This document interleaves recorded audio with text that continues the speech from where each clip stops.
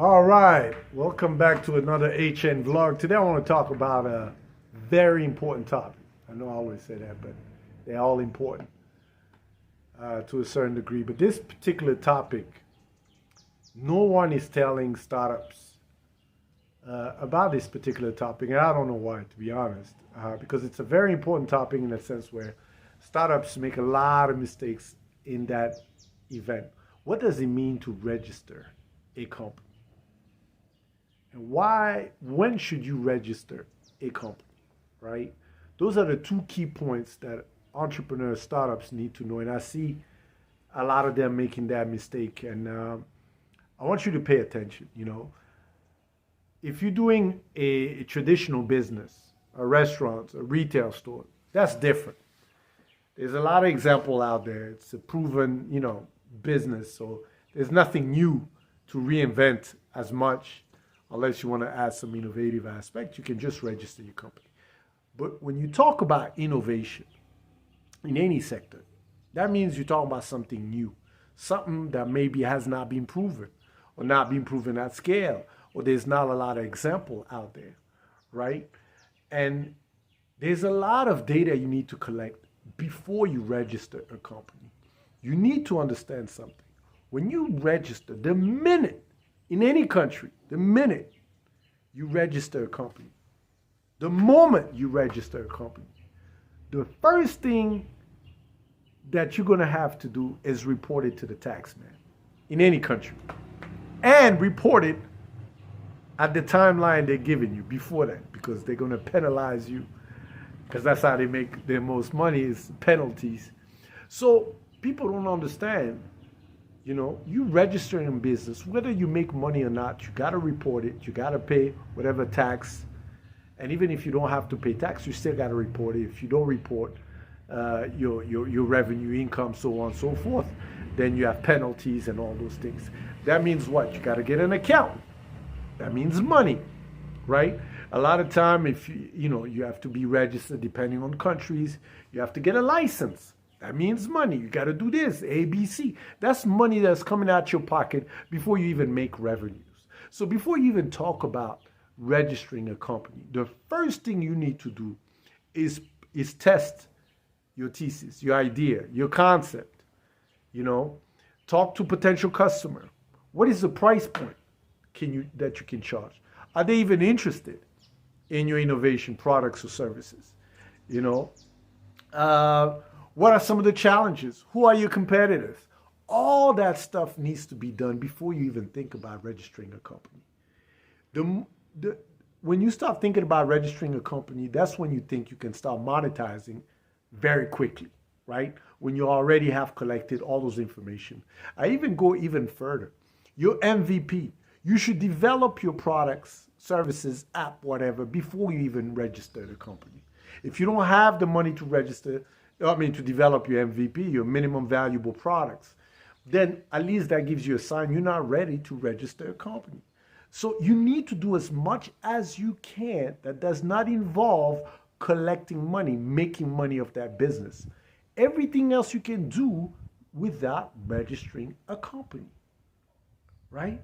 And that will minimize your stress. That will minimize your stress. Because guess what? You're not registered. You don't have to report to anybody. You can test your idea. You can develop your products. Yeah, maybe it's going to come out your personal account. Or you can do an MVP, a minimum valuable product, before you get into extensive developments, right? You can learn and test and have people testing your MVP. All that data will be so key. So when you register a company, boom, all you have to do is execute, and get to the revenue space as quickly as possible. And I'm going to tell you another thing that a lot of startups don't know, right? It's called momentum investment. I call it momentum investment. It means investor always look at two things most of the time. Depending on the industry, depending on the sector, it varies dramatically, but on average, they look at how quickly did you get to the revenue base, to the revenue, getting revenue, and how quickly do you grow on a monthly, quarterly, or yearly basis, right? Those two aspects are very key to investor. So let's say you register your company, right?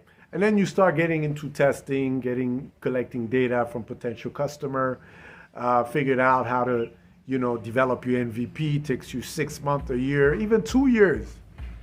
All that will count against you.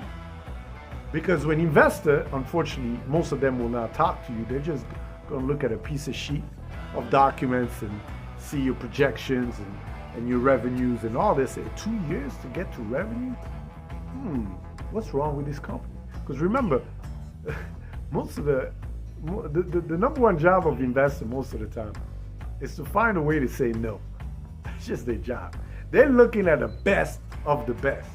At least that's what they claim. And a lot of time, if they just look for excuse to say no to you.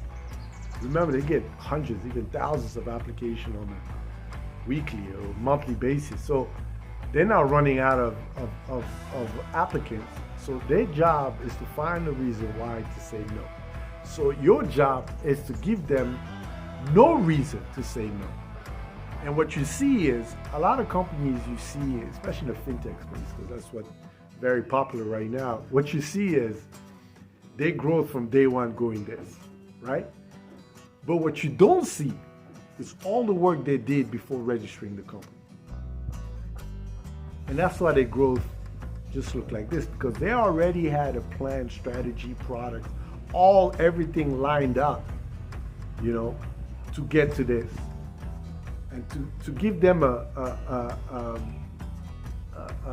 scale for 6 months. 6 months, so they go to VC and say, hey, look, I've been growing at 30, 40, 50% on a monthly basis.